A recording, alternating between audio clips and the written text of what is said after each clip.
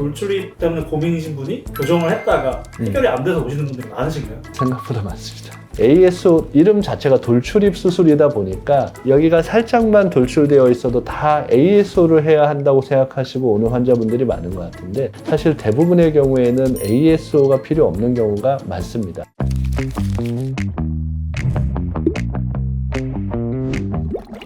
안녕하십니까. 서울대학교 구강암면외과 전문의 맥스 구강암면외과 박재봉 원장입니다. 안녕하세요, 원장님. 사실 제가 한국 사람들 보면은 돌출입이 정말 많으시더라고요.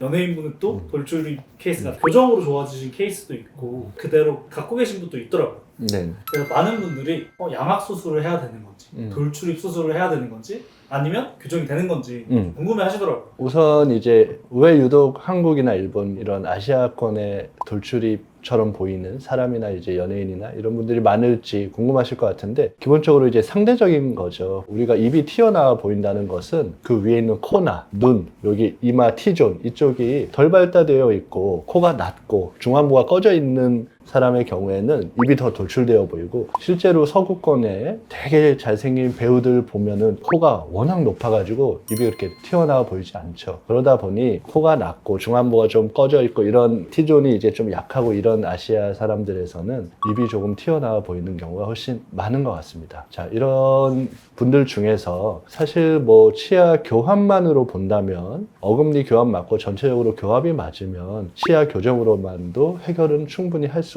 있겠죠. 그런데 이제 흔히 이제 중안부 이상에서 뼈가 조금 들어가 있다거나 코가 많이 낮다거나 이렇게 되었을 때는, 또는 상악하게 뼈 자체가 앞으로 많이 튀어나와 있는 경우에는 우리가 수술을 통해서만 미적으로 입을 넣을 수가 있기 때문에 발치 교정으로 해결이 되지 않는 뼈의 위치 문제는 ASO나 양악 수술로 해결을 할 수 있겠습니다. 각각은 환자분의 현재 상태에 따라서 조금은 다른 진단과 수술 방법이 나올 수가 있어서 정확하게 나누기는 조금 힘들고, 잠시 후에 조금 더 자세하게 설명을 드리도록 하겠습니다. 그러면 돌출입일 경우에 단순히 교정치료로 치아 교합을 맞추는 것 말고 실제로 내가 입을 조금 넣고 싶다. 발치 교정은 치아만 움직이는 것이니 그것 말고 뼈 자체를 넣고 싶다라고 하시는 환자분들 중에서 어떤 경우에는 양악 수술을 하고 어떤 경우에는 ASO를 하는 것이 좋을지 오늘 한번 말씀드려 보도록 하겠습니다.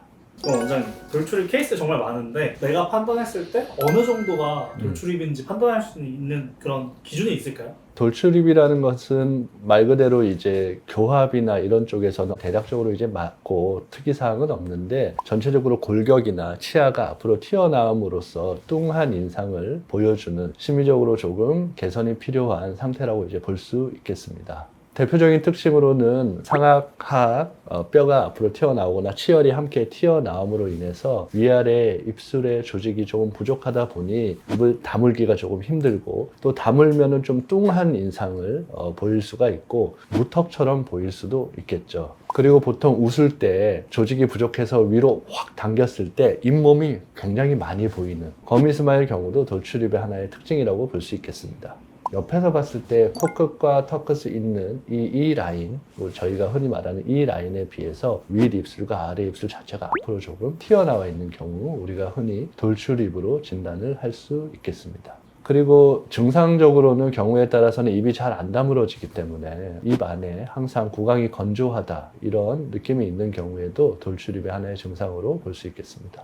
그럼 원장님, 이 돌출입이 원인에 따라서 치료 방법이 다 다르다고 하는데 이게 맞을까요? 맞습니다. 이제 돌출입이라는 증상을 일으키는 여러 가지 것들의 요소가 많이 있기 때문에 이러한 것들을 하나하나 다 분석하고 정확하게 알고 있어야 정확한 원인이 무엇이고 그거에 따른 치료 방법이 무엇인지를 알 수가 있습니다. 단순히 치아가 뻗어져 있다거나 혹은 치아의 잇몸이 돌출되어 있다거나 아니면 상악, 하악 자체가 전체가 다 돌출되어 있다거나 이러한 것들로 이제 나눌 수가 있거든요. 크게는 치아가 앞으로 뻗어져서 돌출되어 있는 것을 치성 돌출이라고 많이 얘기하고요. 뿐만이 아니라 치아를 감싸고 있는 잇몸 뼈나 치조골이라고 하죠. 아니면 상악, 하악 전체 골격이 돌출되어 있는 것을 골격성 돌출이라고 볼 수 있을 것 같습니다. 단순히 이제 치아성 돌출 같은 경우에는 윗턱과 아래턱의 위치는 괜찮고 잇몸도 어느 정도 괜찮은데 치아 자체가 앞으로 뻗어져 있는 거기 때문에 치아 자체를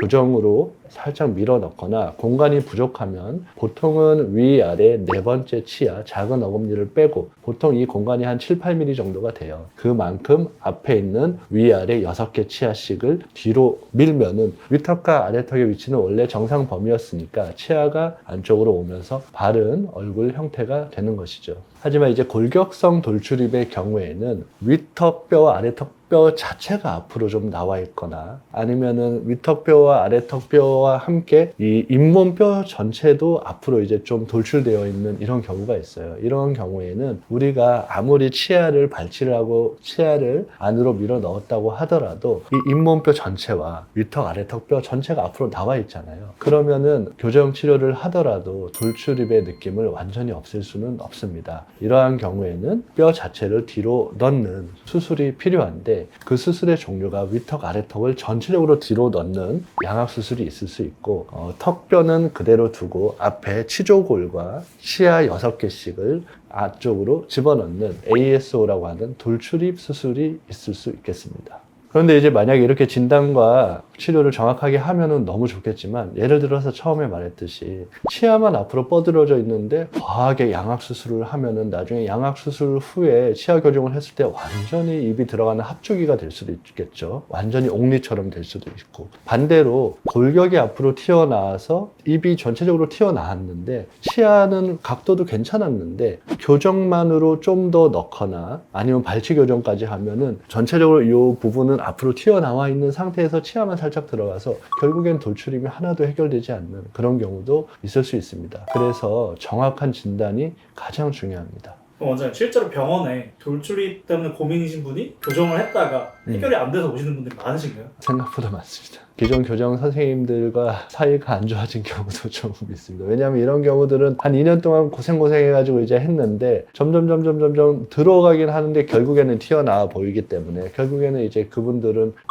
내가 교정을 오랫동안 애를 써서 했는데 변화된 것이 없다라고 이제 말씀하시면서 오시거든요. 사실은 뭐 없진 않죠. 약간 좋아지긴 했는데 만족도가 굉장히 떨어지는 그런 경우가 이제 대부분이겠죠. 이런 분들 중에서도 치아 각도는 이제 거의 완벽하게 됐는데 입만 튀어나오는 분들은 이제 ASO라는 수술에 적응증이 되는 거고 치아 교정을 했는데 얼굴의 길이도 조금 길고 비대칭도 조금 있고 이러한 분들은 ASO만으로는 그것을 완전히 다 잡을 수가 없기 때문에 양악 수술을 하면서 얼굴의 길이도 좀 줄이고 비대칭도 잡고 이런 식으로 해서 진행을 하기도 합니다. 선생님, 그럼 교정만으로 안 되시는 분들이 하는 이 돌출입 수술 정확히 어떻게 하는 수술일까요? ASO라는 것 자체가 Anterior Segmental Osteotomy라고 해서 보통은 위 전방 6개, 아래 전방 6개 치아의 분절을 잘라서 뒤쪽으로 보내는 술식입니다. 조금 어렵죠, 이름이. 쉽게 얘기하면 본인이 이 하고 거울을 봤을 때 위아래 송곳니 뒤쪽에 작은 어금니가 있어요. 그것을 총 4개를 발치하고 그 한 7, 8mm 되는 공간을 앞에 6개 치아를 잘라서 뒤로 보내는 이러한 겁니다. 이 영상을 보면 이제 쉽게 이해할 수가 있는데 보시는 바와 같이 이렇게 이제 돌출입이 있죠. 그 보통 이런 식으로 각도가 많이 무턱인 경우가 많아요. 그러면은 이렇게 위에 양쪽에 이제 4번째 치아를 빼고 아래 양쪽에 4번째 치아를 이런 식으로 뺍니다. 이렇게 빼면 이렇게 공간이 생기죠? 이 공간을 통해서 위턱, 위 앞에 6개의 분절을 뒤로 옮겨서 입을 집어넣는 술식입니다. 이런 술식을 하면 입이 들어가는 것 뿐만이 아니라 가만히 있던 턱도 오히려 나오는 듯한 효과가 있기 때문에 돌출입과 무턱이 함께 있는 환자에서 굉장히 좋은 술식입니다. 하지만 이렇게 돌출입 술식만으로는 얼굴의 길이를 줄일 수는 없는 것이고 그리고 비대칭을 맞출 수는 없는 것이잖아요. 이러한 경우에는 돌출입 수술뿐만이 아니라 결국에는 이제 양악 수술까지 같이 하는 경우도 많이 있습니다. 돌출입이 심한 정도에 따라서도 ASO랑 양악 수술이 나뉘나요?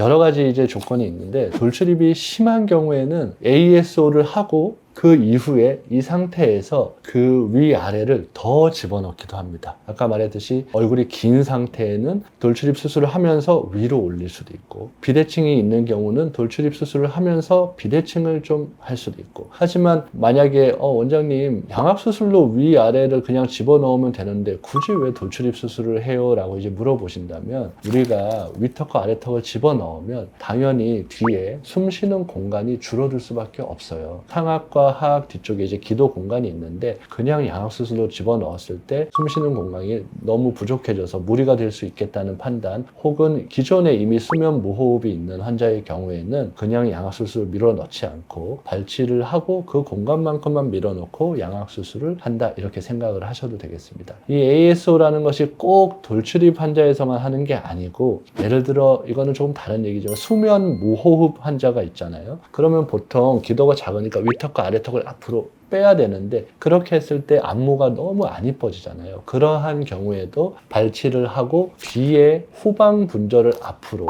아래턱도 앞으로 가져오면서 이러한 수면 무호흡을 해결하는 경우도 있습니다. ASO만 할 때는 위와 아래를 이렇게 분절만 이렇게 집어넣다 보니 첫 번째 좋은 점은 뒤에 교합의 변화가 아예 없다는 점입니다. 그러니까 어금니 교합은 그대로 유지가 된다는 점이죠. 그리고 일반적으로 위턱 전체와 아래턱 전체를 잘라서 넣는 수술보다는 범위가 작으니까 회복 기간도 조금 짧을 수 있습니다.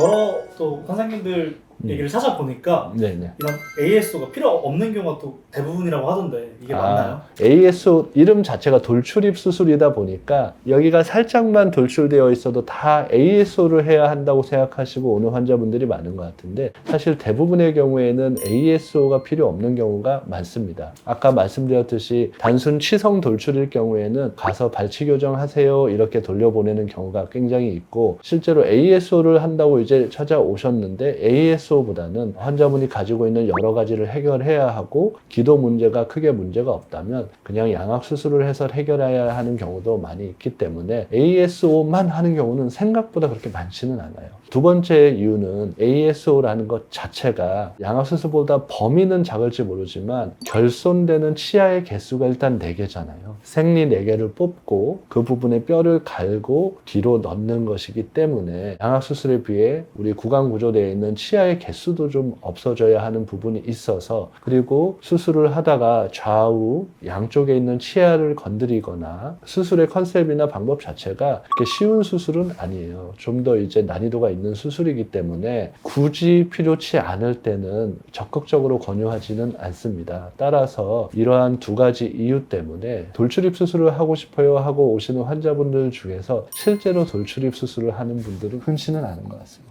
어떤 케이스에 이 ASO 수술을 추천을 하시나요? 가장 정확한 적응증인 돌출입은 있으면서 긴 얼굴, 비대칭 이런 것에 대한 큰 니즈가 없고 기도 공간이 좁아서 양압수술로 밀어넣기에는 조금 위험 부담이 있는, 그리고 치아가 양쪽 아래 위아래 4번째 작은 어금니를 가지고 있는 환자에서는 추천할 수 있겠습니다. 오늘은 아무래도 이제 돌출입이라는 어떤 특정 주제가 간단한 주제 같지만 그것을 치료하는 방법이 다양하기 때문에 치아 교정도 되고, ASO, 양악수술, 그리고 ASO와 양악수술을 합친 경우 이렇게 좀 다양한 원인과 다양한 증상들이 있어가지고 조금은 이해하기가 어려우실 수도 있을 것 같아요. 헷갈리고 복잡하고 그렇죠. 그래서 제가 이러한 부분들을 표로 한번 정리를 해서 올려드릴 테니 참고하시면 좋을 것 같습니다. 물론 그 표가 모든 걸 담고 있지는 않지만 오늘 영상을 자세히 보셨다면 대충 그런 내용이구나 하는 것을 이해하는 데는 충분히 도움이 되실 것으로 생각됩니다.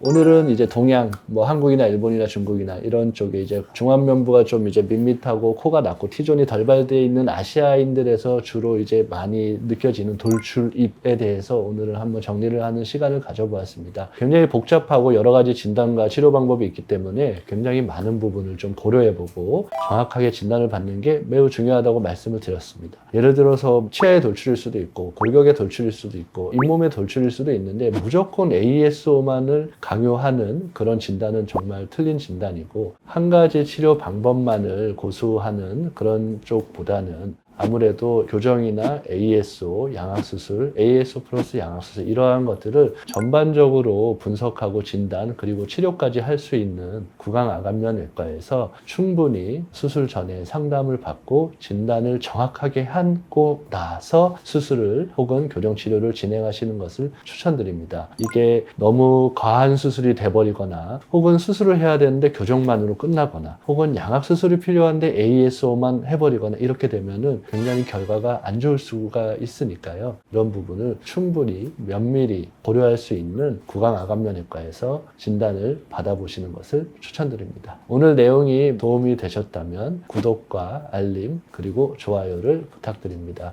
지금까지 서울대학교 구강암관면외과 전문의 맥스 구강암관면외과 박재봉 원장이었습니다. 감사합니다.